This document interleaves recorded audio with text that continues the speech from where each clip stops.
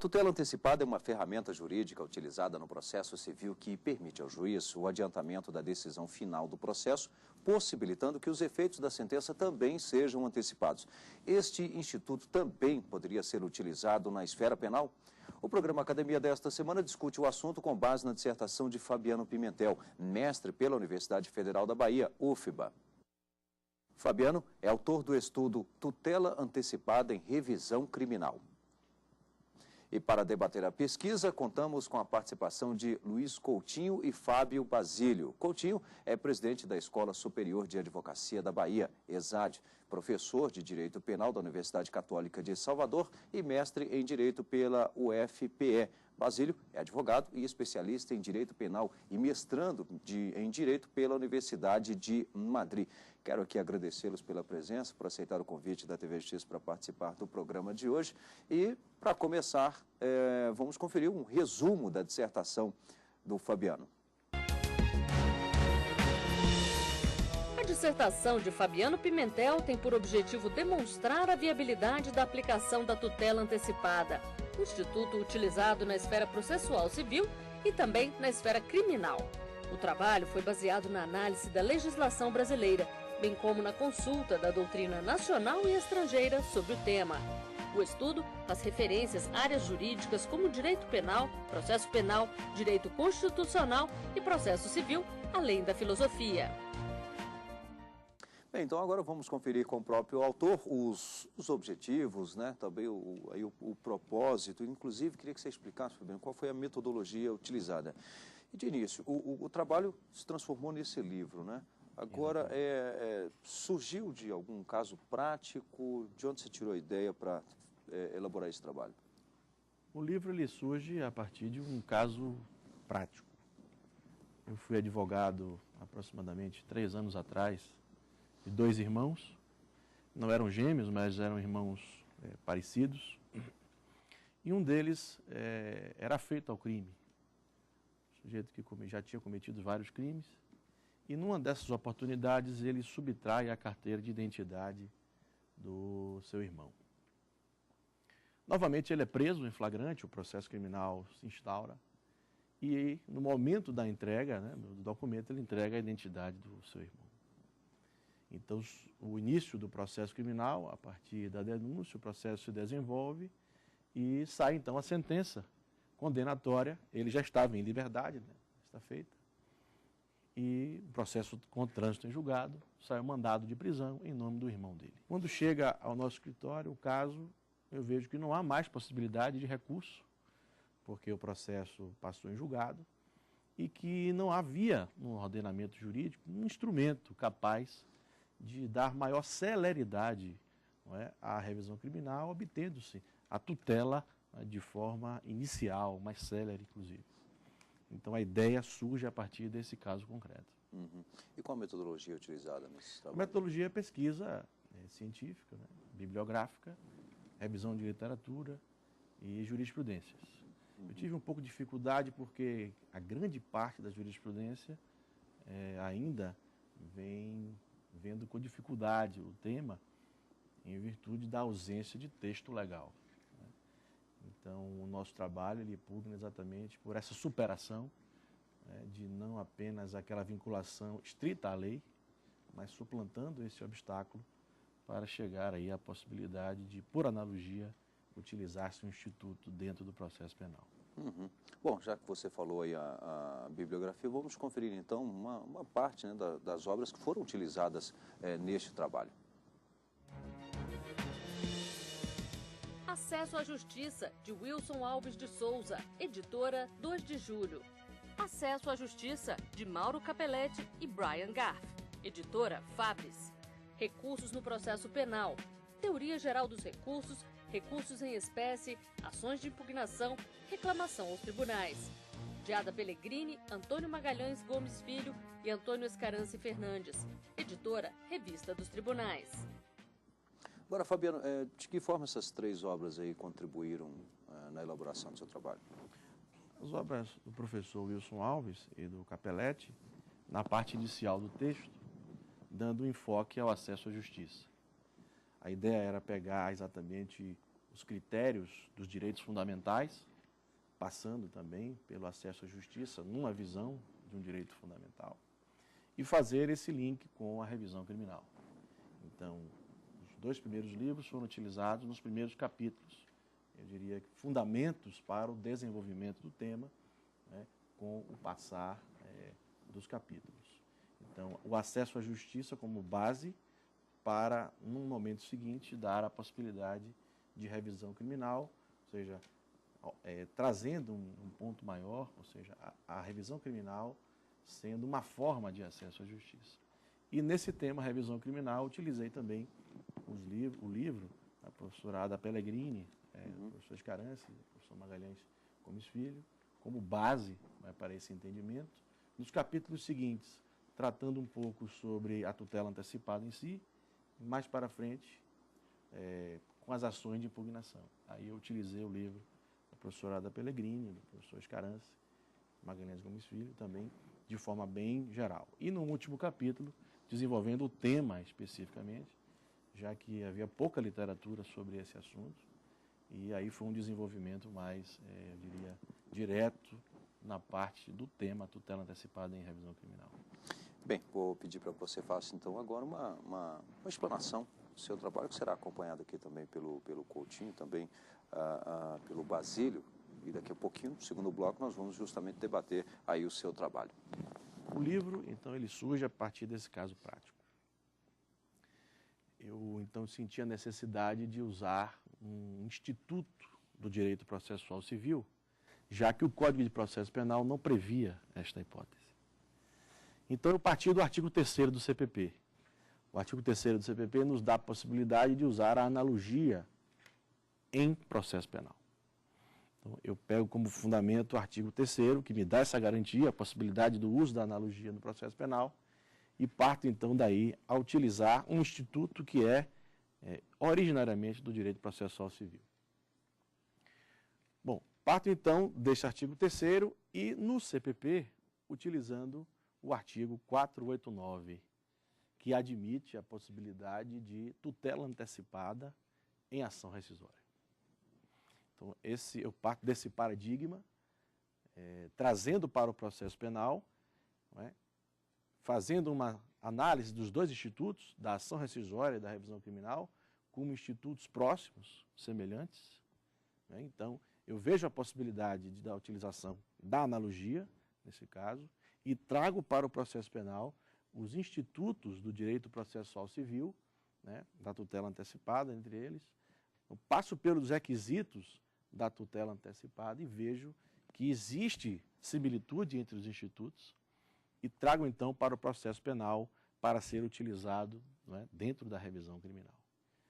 Então, eu vejo esse tema com um ponto muito importante, pois os advogados criminais, antes dessa ideia da tutela antecipada na revisão criminal, eles ficavam adstritos a medidas cautelares e ao habeas corpus. Então, você tinha que entrar com 2 procedimentos. Uma revisão criminal e uma ação cautelar ou um habeas corpus. Então, havia uma duplicidade de procedimentos. Consequentemente, a possibilidade de julgamentos conflitantes. Imagine, por exemplo, uma revisão criminal, o sujeito ingressava com a revisão criminal, depois ingressava com habeas corpus. Decisões contraditórias. O habeas corpus é julgado improcedente e a revisão procedente, ou o contrário. O habeas corpus procedente, a revisão criminal procedente. Ou seja, havia aí uma possibilidade de decisões conflitantes num mesmo aspecto, dentro de um mesmo caso, inclusive uma conexão entre essas questões. Então, para evitar essa possibilidade de decisões contraditórias, com o objetivo de dar maior celeridade ao procedimento, que você ingressa com a revisão criminal e pede a tutela antecipada logo, em caráter liminar, e o relator, então, ele vai apreciar se é caso de suspender, por exemplo, a execução penal, que o sujeito ele vai estar cumprindo pena. Então, ele leva ao processo uma prova, no caso, uma prova inequívoca, dentro dos requisitos da antecipação de tutela, com a verossimilhança da alegação. Ele leva ao relator da revisão criminal né, esta prova inicial, e então ele tem, dentro do mesmo processo, a possibilidade de conceder a tutela antecipada, liminarmente, se for o caso, é óbvio. Não estou dizendo que a tutela antecipada é a regra, uma exceção, uma medida excepcional, mas deve haver no processo penal um instituto que dê a possibilidade ao advogado, fazendo o requerimento da revisão criminal, ser apreciado imediatamente. E não aguardar o trâmite da revisão criminal, isso pode levar aí 6 meses, 4 meses, até 1 ano, para se julgar um mérito de uma revisão criminal, e o sujeito fica preso aguardando o julgamento do processo.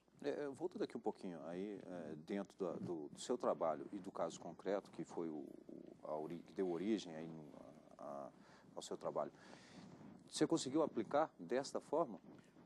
Infelizmente não. Eu fiz um requerimento, mas foi indeferido, o Tribunal de Justiça da Bahia indeferiu o pedido, alegando, em resumo, que não havia previsão legal para esse instituto. Eu acho que o fato de não haver norma expressa não pode impedir a utilização do instituto. Primeiro que nós temos uma norma expressa no CPC, utilizada subsidiariamente aqui, né, analogicamente. Então, eu acho que o direito à liberdade é muito maior do que a inexistência de uma norma específica sobre o assunto. Foi possível, ao final, né, inclusive foi feito um procedimento de justificação, produzimos prova na revisão criminal, também usando a analogia do CPC, então foi feita uma produção de prova testemunhal, e ao final de quase 1 ano, foi que ele foi solto e comprovou-se efetivamente que ele, né, não era o autor daqueles delitos. Bom, nós vamos agora fazer um rápido intervalo e em seguida estaremos de volta já na fase de debates aqui no Academia de hoje. Até já.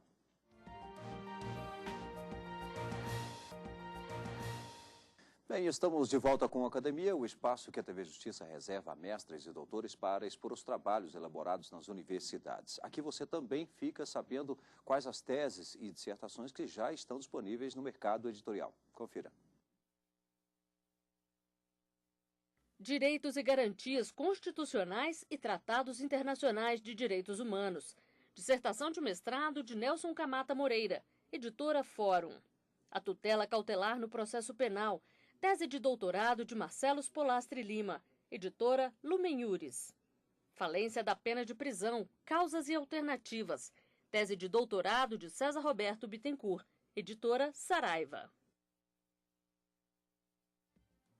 E também está disponível o trabalho que hoje está sendo apresentado aqui no Academia, que é a tutela antecipada em revisão criminal de Fabiano Pimentel, que é este livro aqui, que eu gostaria que, inclusive, o Fabiano comentasse. É um livro publicado agora recentemente pela editora Consulex. Tenho recebido até, Remarque, algumas observações importantes. Está sendo bem aceito, inclusive em algumas pós-graduações pelo Brasil. E acho que vale a pena a leitura por ser um tema novo, em virtude dessa possibilidade aí de inovação do direito, né? Acho que essa é a maior contribuição do trabalho. Está aqui, então, disponível já, Fabiano Pimentel, tutela antecipada em revisão criminal. Bom, agora já entrando no debate, gostaria que o professor Luiz Coutinho desse início, então, aqui às nossas discussões. Marco, eu acho interessante, eu agradeço o convite da TV Justiça para avaliar o trabalho do professor Fabiano Pimentel. O trabalho chama atenção pela qualidade, pelo ineditismo. É um tema que até então não tinha sido tratado pela doutrina nacional e que é visto sob uma perspectiva muito clara, sob uma perspectiva de uma nova visão do processo penal.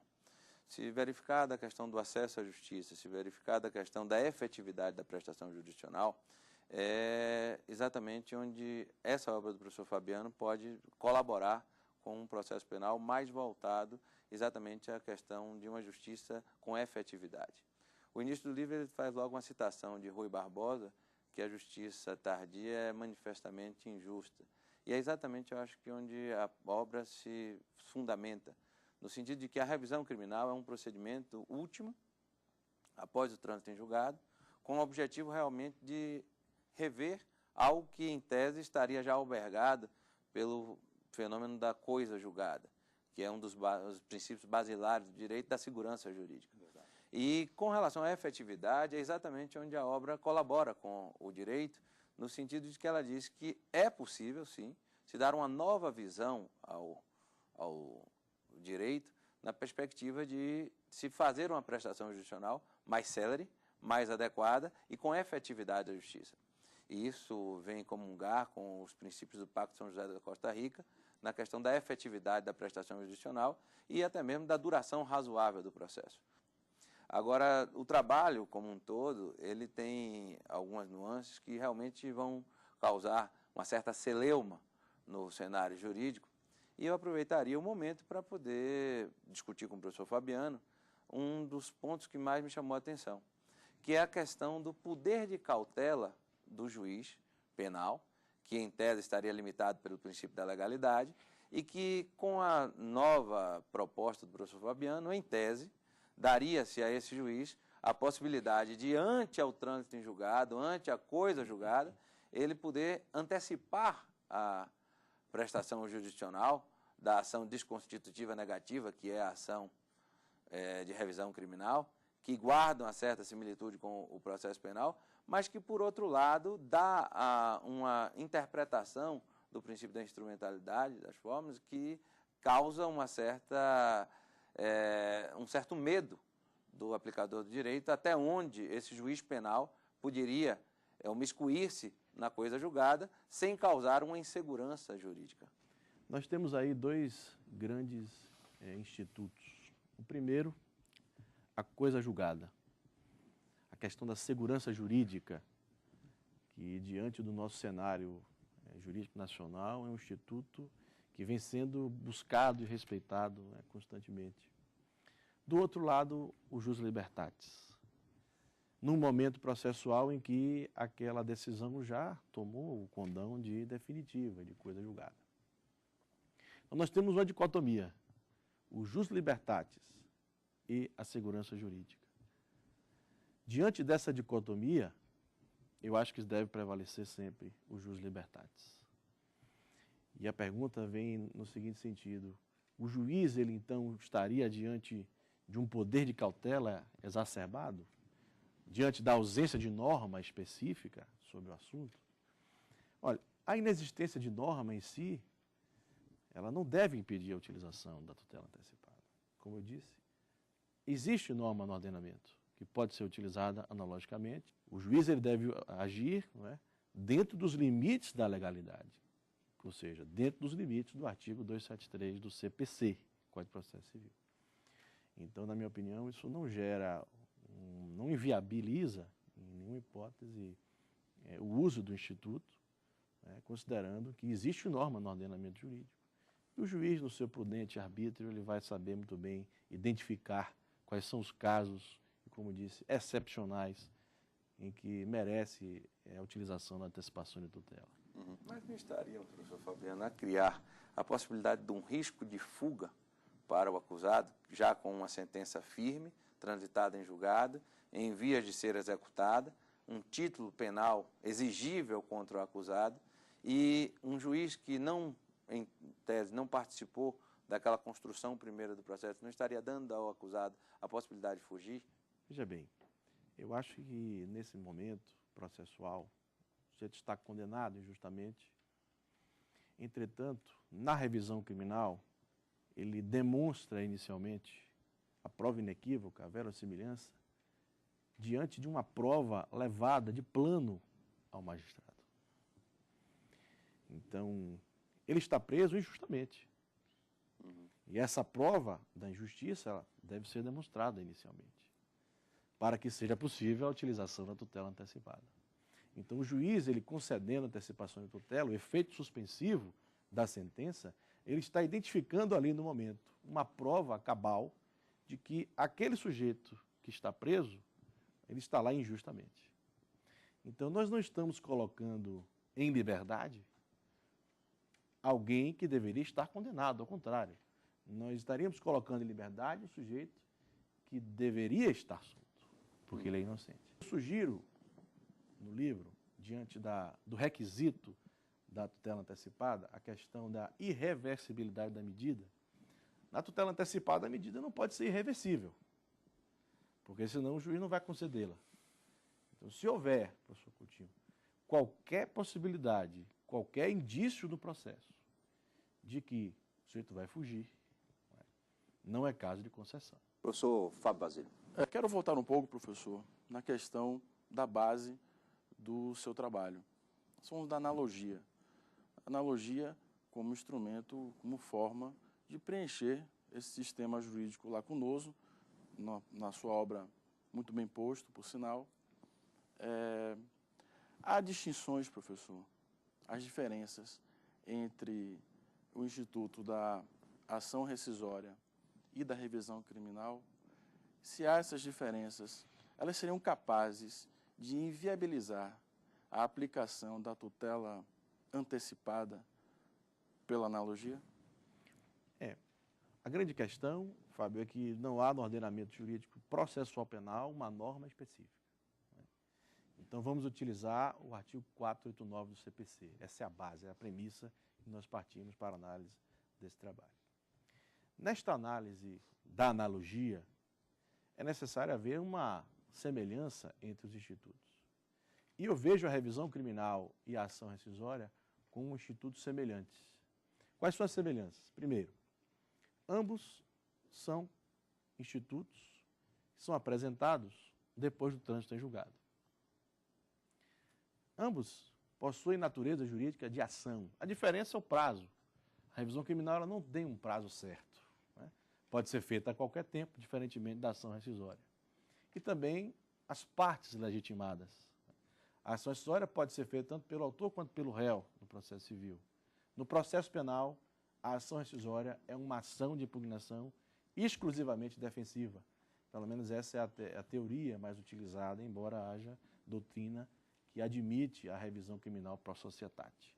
Então, eu vejo aí uma semelhança muito grande entre os dois institutos e, por isso, defendo a possibilidade da utilização da analogia do Instituto da Tutela Antecipada em sede de revisão criminal.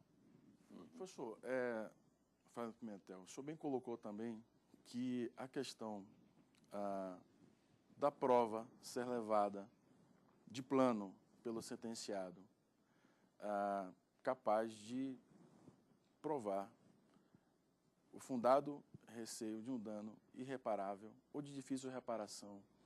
O senhor não estaria colocando aí, pelo artigo 156, que o ônus da prova é do sentenciado? Essa é uma pergunta interessante, Fábio, porque a norma geral do CPP, o artigo 156, bem citado pelo professor Fábio, traz um critério processual civil para o processo penal e deve ser analisado de forma sistêmica. O ônus da prova cabe a quem alega. Essa é a regra do direito processual civil, trazida, na minha opinião, indevidamente ao processo penal. O professor Lopes Júnior ele traz um pensamento muito moderno sobre o assunto. Ele diz, o ônus da prova no processo penal é da acusação. Seja ele durante o curso do processo ou depois do trânsito em julgado.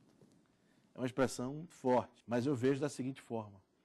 Se no curso de uma revisão criminal o acusado conseguiu gerar a dúvida no tribunal, deve-se aplicar o princípio do indúbio pro réu. Essa não é a tese mais aceita, né? Mas, na minha opinião, o jus libertatis, o direito à liberdade, o direito constitucional, a presunção de inocência, o indúbio pro réu deve valer para todas as fases do processo, até mesmo depois do trânsito em julgado. Parece que é exatamente nesse ponto que vem aquele meu questionamento, que ao se estabelecer essa possibilidade, estaríamos dando ao juiz a possibilidade de rever algo que já está cristalizado pela coisa julgada e dando a ele um poder de cautela muito grande diante de algo que deve ser respeitado. Imagine se a cada momento que fosse proposta uma revisão criminal, pudesse o juiz antecipar esses efeitos e, eventualmente, essa sentença nunca se tornar uma sentença definitiva. Bem, eu quero aqui agradecer ao Fabiano Pimentel, também ao Fábio Basílio, nossos agradecimentos, bem como também ao Luiz Coutinho, que hoje participaram desse debate aqui no Academia E obrigado aí também pelas contribuições nessa discussão. Você também pode participar do nosso programa. Para isso, fácil, mande a sua dissertação ou tese para o e-mail academia@stf.jus.br. Também é possível rever este programa no nosso site www.tvjustiça.jus.br. Obrigado e até o próximo encontro.